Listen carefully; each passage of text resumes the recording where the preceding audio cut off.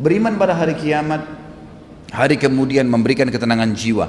Seorang muslim tahu, orang mukmin tahu, pada saat dia lahir, saya nggak bicara kalau anda sehat kemudian tiba-tiba anda stroke, itu ringan. Bagaimana dengan orang yang baru lahir tiba-tiba sudah cacat, udah buta matanya, udah nggak bisa jalan? Apa kira-kira yang bisa menghibur dia coba?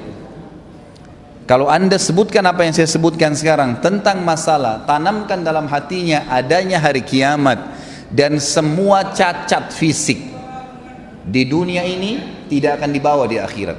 Tidak akan dibawa di akhirat. Karena fisik yang kita pakai sekarang hanya sebatas di dunia. Hanya sebatas di dunia.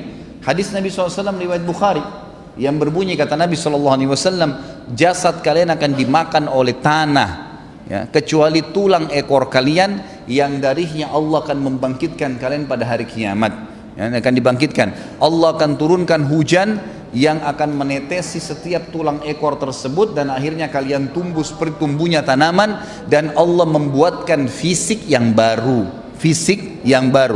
Apa kata Nabi SAW? Semua laki-laki Allah akan berikan fisik seperti ayahnya Adam, 60 siku ke langit. Jadi fisik yang kita pakai sekarang ini cuma sebentar di dunia. Mau cacat, mau sempurna, mau gagah, mau cantik, itu sebentar duniawi. Di akhirat kita akan punya fisik baru. Posternya semua laki-laki seperti Nabi Adam, 60 siku ke langit artinya 27,5 meter. Dan semua perempuan 40 siku ke langit artinya 17,5 meter. Semua sama. Yang kafir dan beriman akan sama fisiknya. Akan diberikan fisik yang baru oleh Allah Subhanahu wa ta'ala. Kira-kira terhibur nggak orang yang bangun lahir dalam keadaan stroke atau lahir dalam keadaan cacat kalau kita mengatakan ini cuma di dunia? Atau dia mengatakan oh ini cuma di dunia saya laluin. Pada saat saya meninggal setiap detik bisa datang malaikat maut, maka saya akan meninggalkan jasad ini dan saya akan mendapatkan jasad yang baru. Nggak ada masalah bagi dia. Beriman kepada hari kiamat itu akan mendatangkan ketenangan jiwa bagi seseorang. Juga dari sisi yang lain, dia tidak akan bergantung dengan dunia. Dia akan meninggalkan dunia ini, dia jadikan dunia ini di belakangnya. Ulama sudah sepakat mengatakan, siapa yang mendahulukan akhirat dalam kehidupannya, maka dunianya akan ikut. Dan siapa yang mendahulukan dunianya, maka akhiratnya akan luput. Hilang akhirat itu, tidak bisa. Coba anda fokus ke masalah akhirat. Azan, sholat. Waktunya puasa, puasa. Waktunya baca Al-Quran, baca Al-Quran. Berzikir, berzikir. Pokoknya ibadah. Waktunya sedekah, ya bersedekah. Semuanya dahulukan masalah akhirat. Maka dunia kita akan datang dengan sendirinya. Dimudahkan oleh Allah Subhanahu Wa Taala. Dimudahkan dengan sangat mudah. Allah Subhanahu Wa Taala datangkan dari belakang dia. Tapi orang subhanallah yang kejar dunia, sibuk dengan meetingnya, lupa dengan sholatnya dilewatkan. Ya subhanallah, bisa dia dahulukan meeting dengan partner bisnisnya daripada bertemu dengan Allah Subhanahu Wa Taala, yang kalau dia bahasakan bahasa kantor sama saja dia sedang absen dengan Allah. Sebenarnya pada saat itu pencipta langit dan bumi yang memberikan kepada dia ruh, yang ciptakan jasadnya, yang mengizinkan hidungnya bisa menarik oksigen sehingga dia bisa hidup, ditinggalkan hanya dengan urusan dunia? Nggak mungkin. Tapi orang kalau yakin dengan hari kiamat, dia tahu ada Allah SWT akan menghisab pada saat itu, dia akan lebih mendahulukan masalah akhiratnya. Dunia akan jadi kecil bagi dia. Seorang mukmin pada saat punya rumah besar terus tiba-tiba jadi rumah kecil, nggak masalah buat dia. Nggak masalah buat dia, nggak ada masalah karena semua yang dia tahu dunia sebentar, gitu kan? Sisi yang lain lagi, orang yang beriman kepada hari kiamat ini akan termotivasi jemaah sekalian untuk melakukan amal-amal saleh, sibuk dengan amal saleh.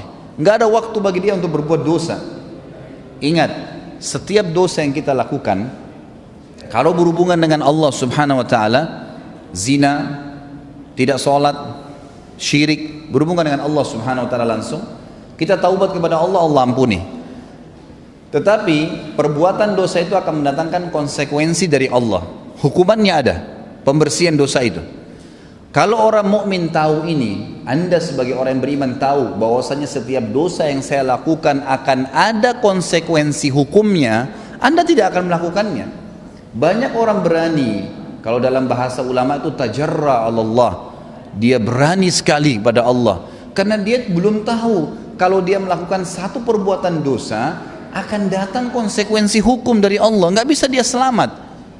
Anda hari ini dengarkan musik yang memang Allah haramkan, maka pastikan kuping anda akan ada masalah satu waktu. Allahu alam bagaimana. Saya tidak tahu bagaimana hukumannya Allah, karena ulama tidak merincikan dan tidak ada dalil khusus.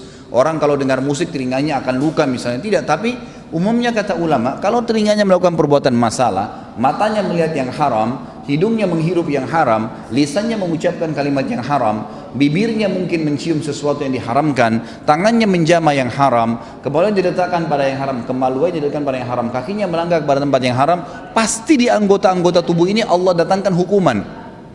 Jangan heran kalau Anda pernah berbohong, tiba-tiba ada satu waktu kena sariawan. Itu sudah umum kata ulama kalau berhubungan dengan Allah subhanahu wa ta'ala. Atau bisa Allah datangkan musibah yang lain, gitu kan. Ada orang yang pernah, kisah nyata, berzina terus hidupnya, naudzubillah, nggak berhenti-berhenti, tobat sama Allah. Peringatan Allah datang satu demi satu, nggak mau. Apa yang terjadi? Dia selalu punya sekretaris di Jakarta, kisah nyata. Dia punya sekretaris, selalu dia suruh cari satu perempuan, selalu. Peringatan Allah datang, ban mobilnya, sempat mobilnya tabrakan, masuk rumah sakit, tidak taubat. Peringatan Allah subhanahu wa ta'ala, istrinya dapat dia berbuat salah, terus marah, bertengkar rumah tangga, dia bohong, memutarbalikkan fakta, tidak juga dijadikan sebagai pelajaran. Cobaan demi cobaan datang, tidak mau dia engah sama dia. Terakhir Allah subhanahu wa ta'ala membuat dia meninggal. Dia tiba-tiba puluhan punya penyakit jantung, dan itu meninggal gara-gara satu kasus. Dia tidak mau taubat dari zina, ternyata anak perempuannya berbuat zina juga, dan sekretarisnya tidak kenal kalau ini anak dia. Dibawa ke hotel, pada saat dia masuk dikatakan ada anak perempuan yang bagus. Begitu dia masuk ternyata dia kaget, anak perempuan yang siap zina dengan dia adalah anak perempuannya sendiri. Lalu dia sakit jantung, meninggal di tempat.